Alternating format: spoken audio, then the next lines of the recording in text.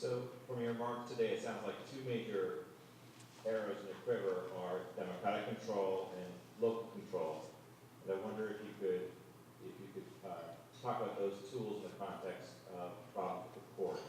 So are those appropriate tools for encountering these problems with the courts, making them more accountable? And do you think the current environment is one in which these tools or other tools could be trained on the courts? Thank you very much for that question. I didn't even get onto that terrific topic. New Jersey has the most activist, liberal Supreme Court in the nation. It is recognized as the most activist court. The three most important issues facing this state that have led to our fiscal demise are the very failed debt limitation clause decision, which Lonegan versus New Jersey, which the Supreme Court eradicated a whole clause of the Constitution. The second is their Abbott funding decision, decision by the state Supreme Court that taxpayers fund education into the 31 so-called Abbott districts, special needs districts, to the highest possible level to assure a quality education. That court-ordered decision has been another horrific failure, giving us the 31 most expensive school districts in America, where spending per student is over $25,000 per student, and at the same time providing a less than mediocre education.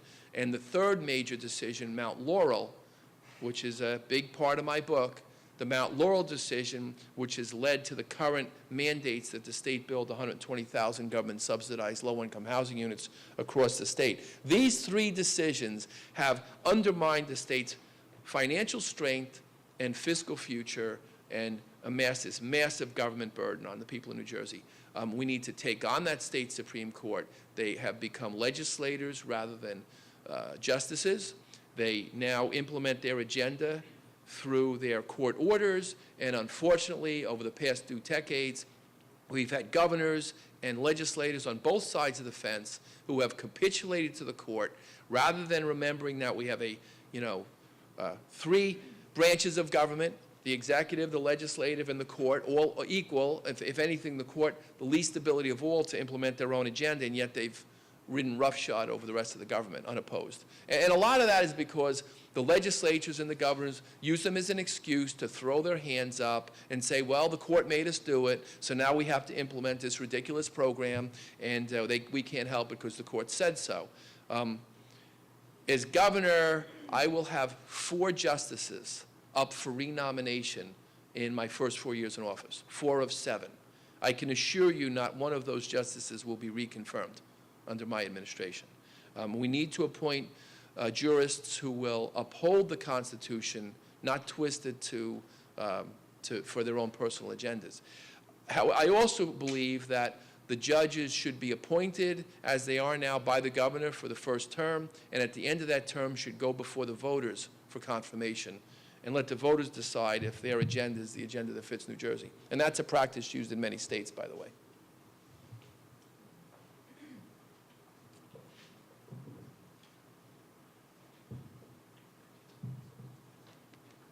Steve, at the recent League Municipalities meeting, there was a move set out to reduce funding to public libraries. Currently, public libraries are funded to the extent of one-third of a mil of the assessed valuation of the municipality, and that's where they derive their funding from. Public libraries being those libraries created by an ordinance within the town. With this new legislation, they have proposed to reduce and change the state statute to 1/6 of a mil, which would actually decrease library funding, public library funding, by 50%. And also make that funds available to the municipality rather rapidly, because I don't see any town reducing its budget accordingly. What is your position on that? I support the bill. In fact, I support the complete eradication of any state-mandated library funding. There is only one budget line item in any town budget where the state mandate what needs to be spent, and that's on libraries. They don't mandate a minimum to be spent on police or recreation or senior services or anything for that matter.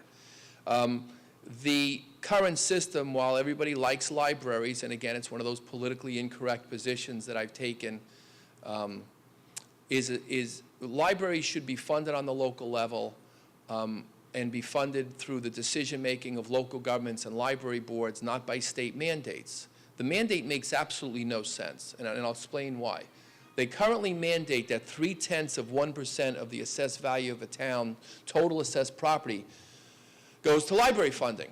So if I'm sitting in Bogota and I have a already well-funded library, and a company comes along and builds a factory on the outside edge of town, and that factory's worth $100 million, that immediately increases funding to the library, regardless of the fact that it doesn't change the library's traffic flow, that it doesn't change demands on the library suddenly gets a windfall budget hike. If the town does what's called a reval. A reval is when the town assesses the total value of its property. And let's just say that this year my town has a total assessed value of $1 million or $100 million. That means the library budget is $300,000. If we do a reval, and the reval now says, well, the market's increased, now the town's property value has gone up and it's worth $200 million, the library's budget immediately increases to $600,000.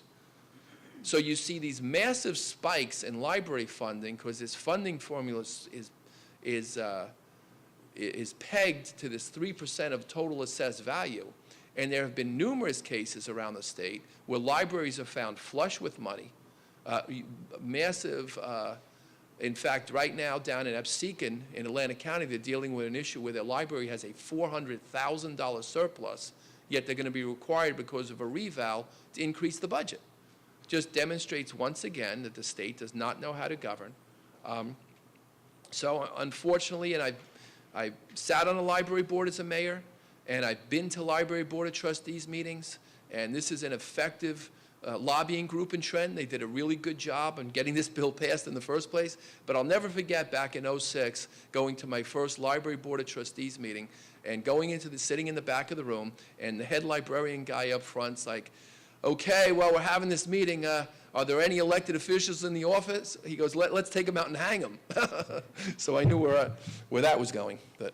So I'm sorry to disappoint you, but while it sounds great on its surface, it's terrifically flawed, and that legislation should be significantly amended. You brought up Abbott funding before. Yes. How do you provide a solution for the problems that come with that funding? That's my favorite question. Let me give you a little more background about the Abbott decision. About 15 years ago, a series of decisions that culminated, called the Abbott funding decision, the state Supreme Court basically ordered, as I said, that the state be required to fund education in what they called the Abbott districts, because that was the court case, the special needs districts. Those include Newark, Jersey City, Camden, Pleasantville, Garfield, 31 counties. And they began the process then of taking your income tax revenue, which is roughly $11 billion, which is supposed to be dedicated to property tax relief, and using that as a revenue source to pour into these school districts. 60% of the entire revenue from New Jersey's income tax goes to 20% of the students. 60% goes to 20% of the students. Those are these Abbott districts. And, you know, we all want to see a quality education. And certainly, since those Abbott districts have now, under the Abbott decision, become the most expensive school districts in America, with average of $25,000, $26,000, at a time when suburban school districts are spending an average of $17,800, that's right on the state's website. They have also failed. Not only do we spending at these enormous levels, but they failed to provide a quality education. I mean, failed.